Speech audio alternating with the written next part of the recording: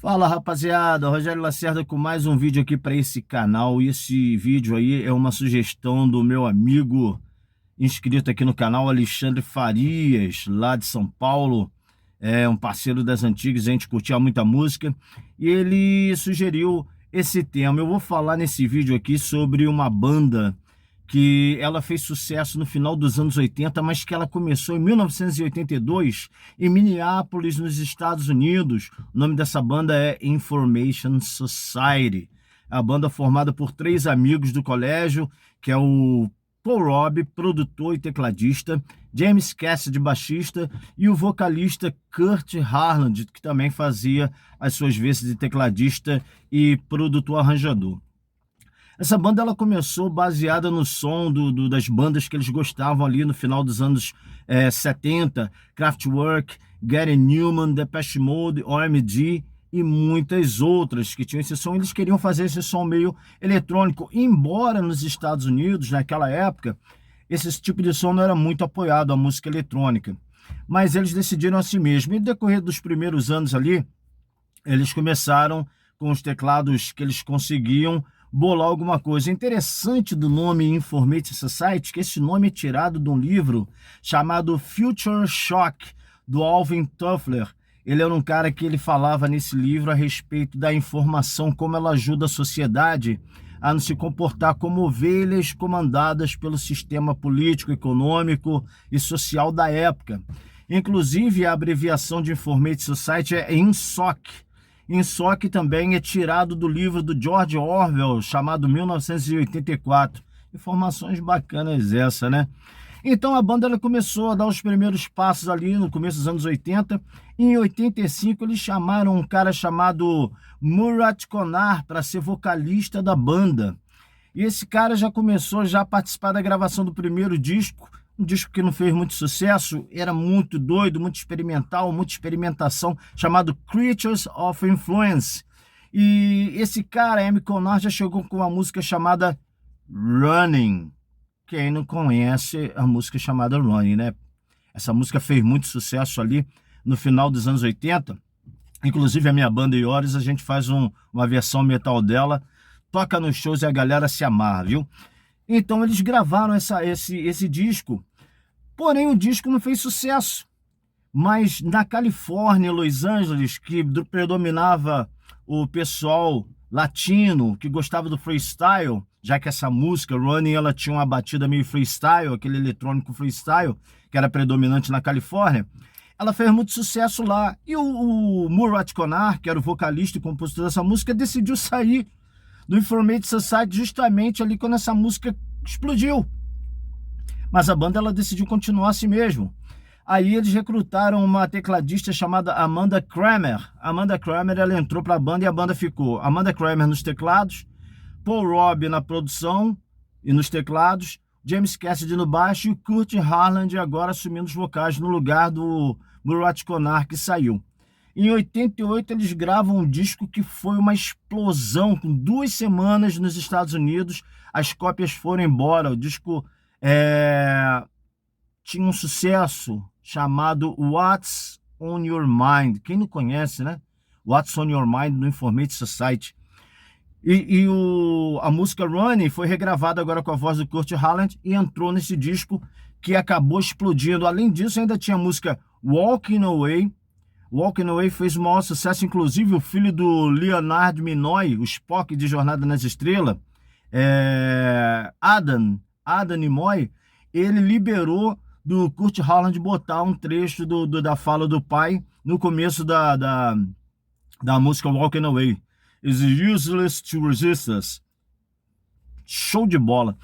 Aí ainda lançaram uma balada chamada Repetition, que fez maior sucesso no Brasil, um cover da banda ABBA chamada Lay All Your Love on Me e uma música chamada Something in the Air.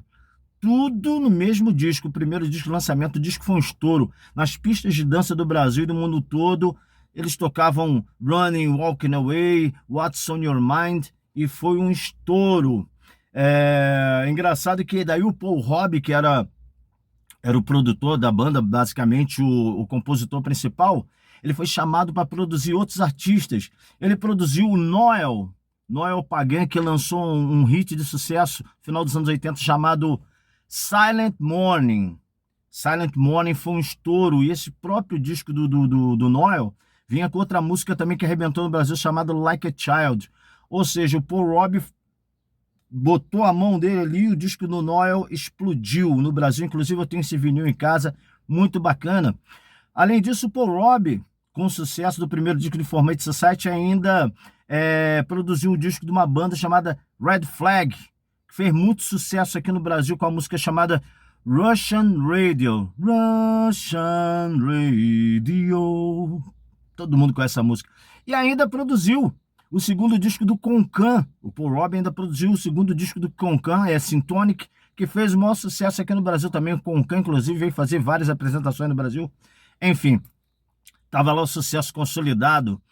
Interessante a respeito disso é que o Kurt Harland, numa entrevista, ele foi questionado: o que vocês acham de serem considerados e chamados de Depeche Mode de segunda? Aí o Kurt falou assim: o quê? Estão chamando a gente de Depeche Mode de segunda?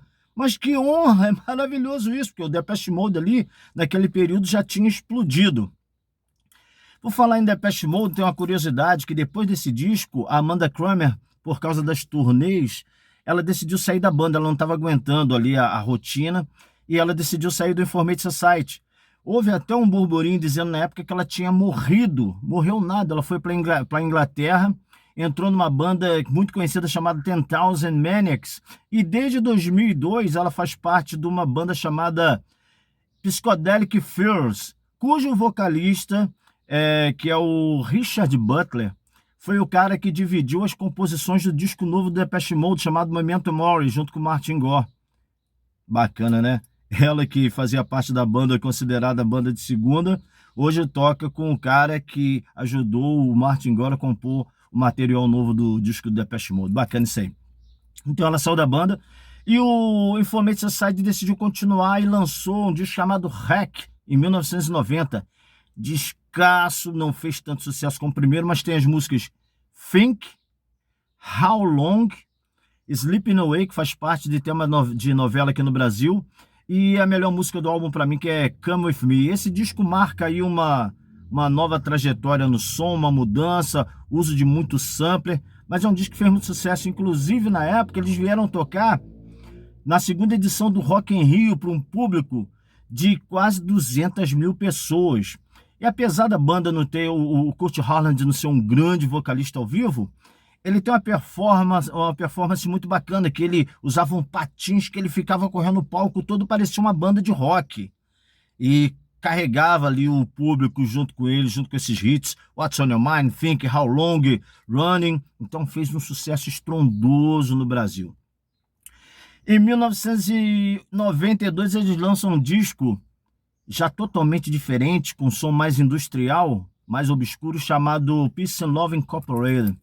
É um disco muito bom, mas que só teve 3 músicas que fizeram um sucesso mediano, que é Peace and Love Incorporated, Going, Going, Gone e Cry Baby, que é uma balada que também fez sucesso mais aqui no Brasil.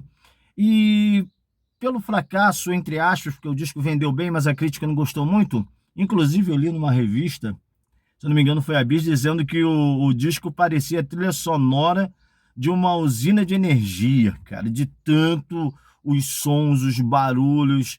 Realmente o disco tem muito efeito, ele é meio carregado, mas eu gosto dele assim mesmo.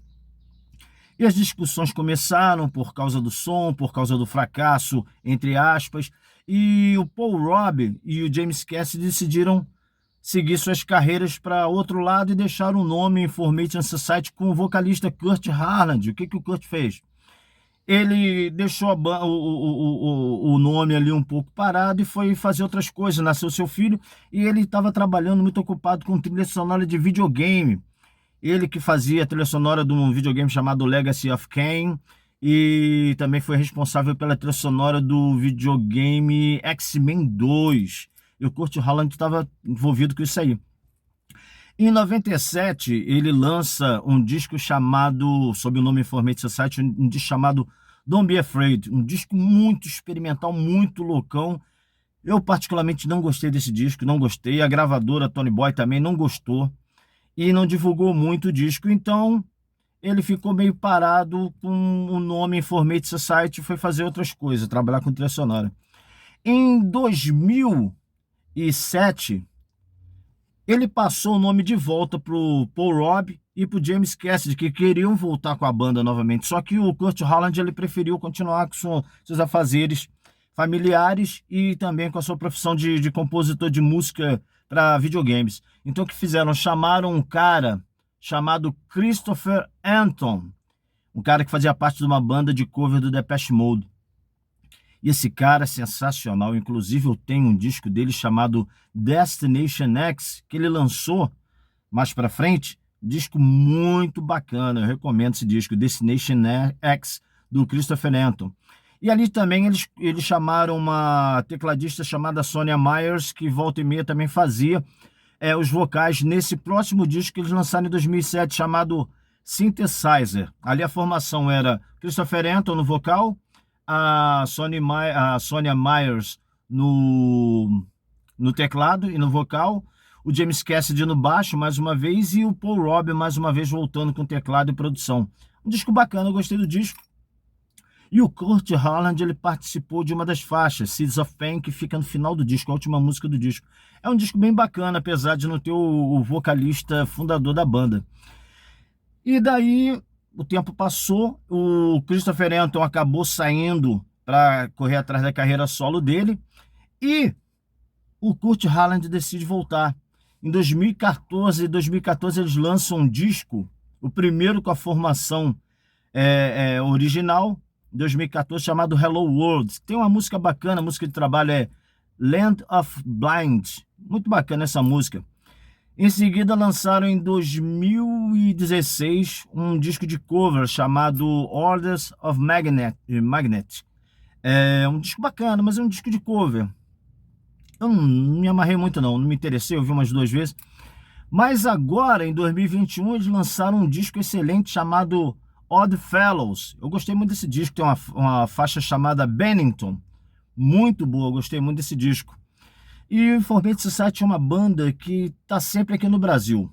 É um dos países que eles mais fizeram sucesso, foi o Brasil. Inclusive tem um fato interessante sobre uma vinda deles no Brasil, que eles foram no programa do Domingão do Faustão, não sei se você sabe ou lembra disso. E eles foram instruídos pela produção do programa ao seguinte, ó, vocês vão lá, vão tocar 3 músicas e pronto, acabou. Não precisa falar, não precisa fazer nada. Vai lá, o programa é curto, vocês não têm tempo, vão lá, tocam 3 músicas e tchau. O Kurt Howland, que é o vocalista, que é um cara extremamente polêmico, não sei se você sabe disso, tá lá esperando ser chamado e o Faustão vai e chama a banda pro palco. E o Faustão chega pra ele assim, contrariando até as ordens do estúdio, pergunta, Kurt, Informate Society é uma banda antiga e hoje ela tem que angariar novos fãs, conquistar uma nova geração. O que você acha de ter que mudar o som da banda para angariar novos fãs, esses fãs de agora? O Kurt Howland pegou o microfone, olhou para ele e falou assim, me disseram especificamente que eu não tenho que pensar, não tenho que andar, não tenho que falar, nem tomar nenhuma atitude. Só cantar 3 músicas. É verdade?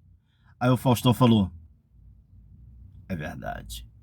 Isso foi antológico, a vergonha que o Faustão passou nesse programa. Muito bem, galera, isso aí é mais um vídeo para você falando do Information Society, uma banda que realmente explodiu, fez muito sucesso no Brasil e até hoje está gravando. Um pouco datado, né? Porque eu acho que a época passou, mas com certeza aqueles que gostavam continuam ainda ouvindo essa banda bacana. Valeu, Alexandre Farias, aí pela sugestão. Forte abraço e até o próximo vídeo.